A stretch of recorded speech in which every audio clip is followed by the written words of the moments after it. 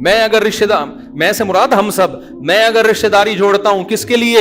اللہ کے لیے. ہمیں کسی سے کوئی غرض نہیں ہے، ہم اللہ کے لیے کریں گے جو کریں گے. اپنا مال خرچ کرو ان پہ، اپنی جان خرچ کرو لوگوں پہ. اس کا نتیجہ کیا نکلے گا؟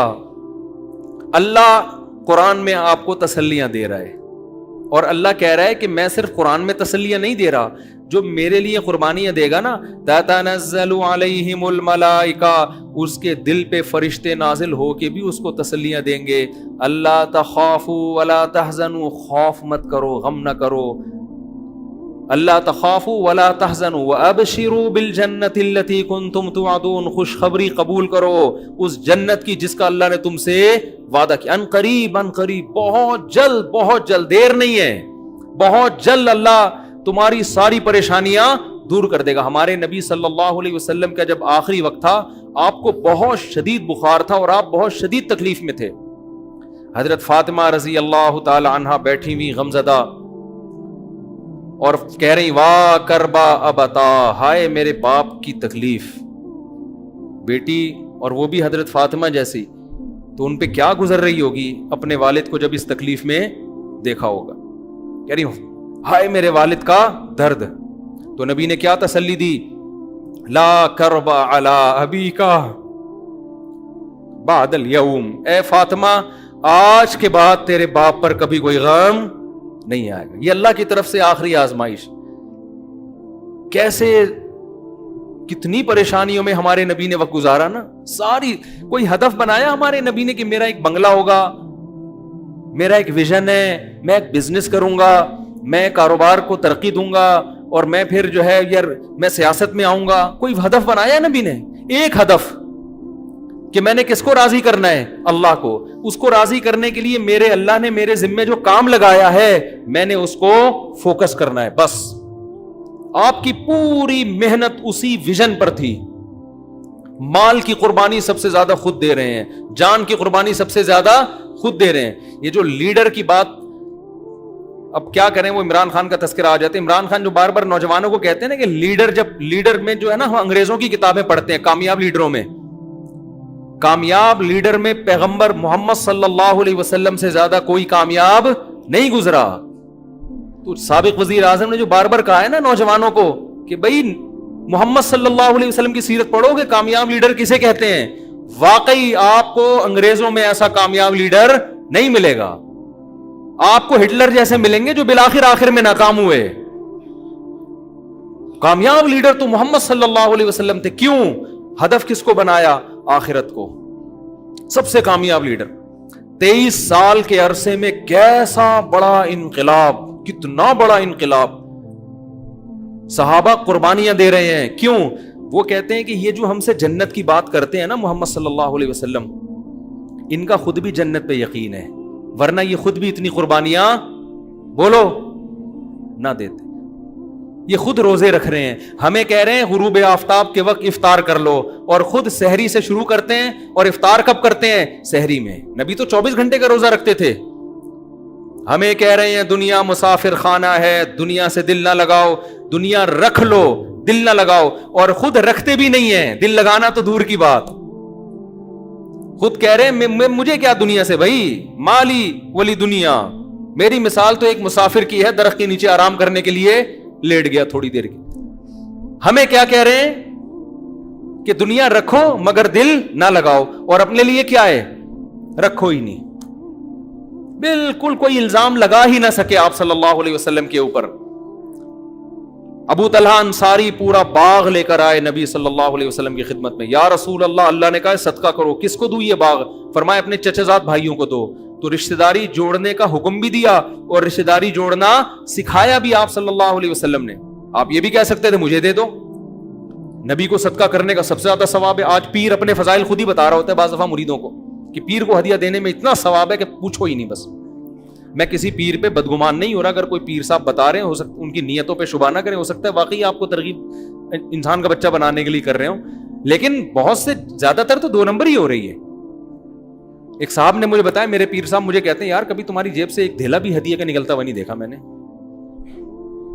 کبھی تو کچھ دے دیا کرو اپنے پیر صاحب کو.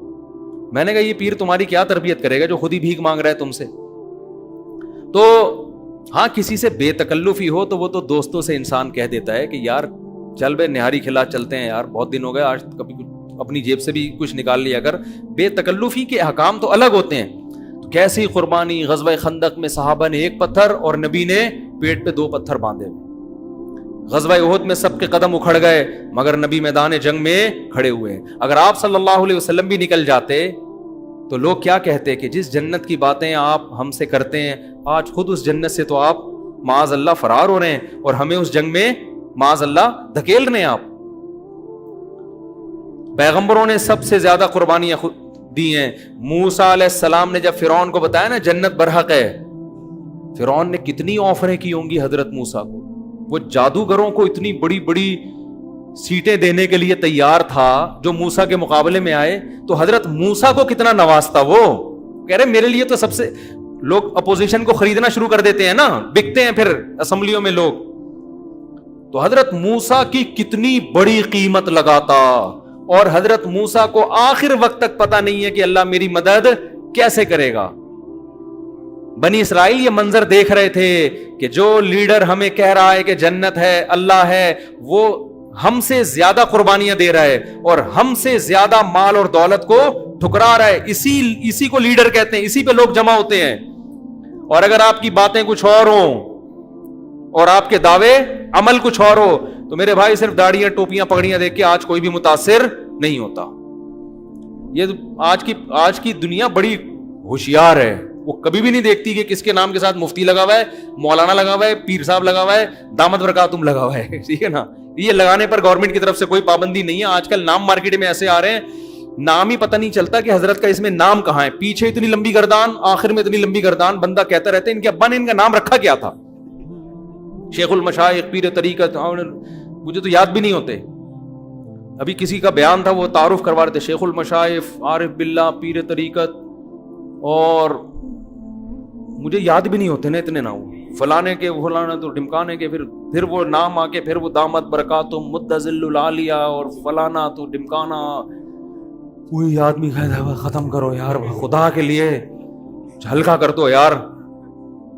کوئی بہت بڑی شخصیت ہو نا چلو اچھا لگتا ہے, بہت ہی بڑی کوئی, ورنہ نارمل تو بھائی سب ٹھیک ہے, نیک آدمی ہے.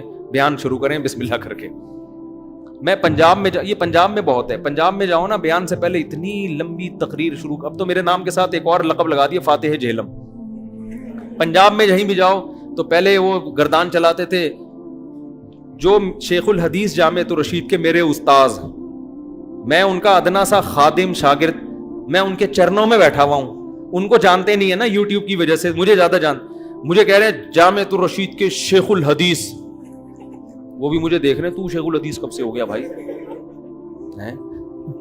تو میرا شاگرد ہے. میں نے کہا ہمیں پتہ نہیں, بس اللہ نے بنا دیا. تو تکلفات بہت ہیں. کام ہمارا مارکیٹ میں کیا ہے, کام تبلیغ نے, اسی وجہ سے تبلیغ میں القاب تو ہے ہی نہیں. تبلیغ میں پتہ چلتا ہے کبھی اسٹیج پہ ایسا کوئی, اب میں دعوت خطاب دے رہا ہوں حضرت حاجی عبد الوہاب صاحب جنہوں نے تبلیغ میں اتنے سال لگائے, پھر فلانے ملک میں گئے, پھر فلانی جگہ سے. بھائی بیان سنو, پتلی گلی سے نکلو.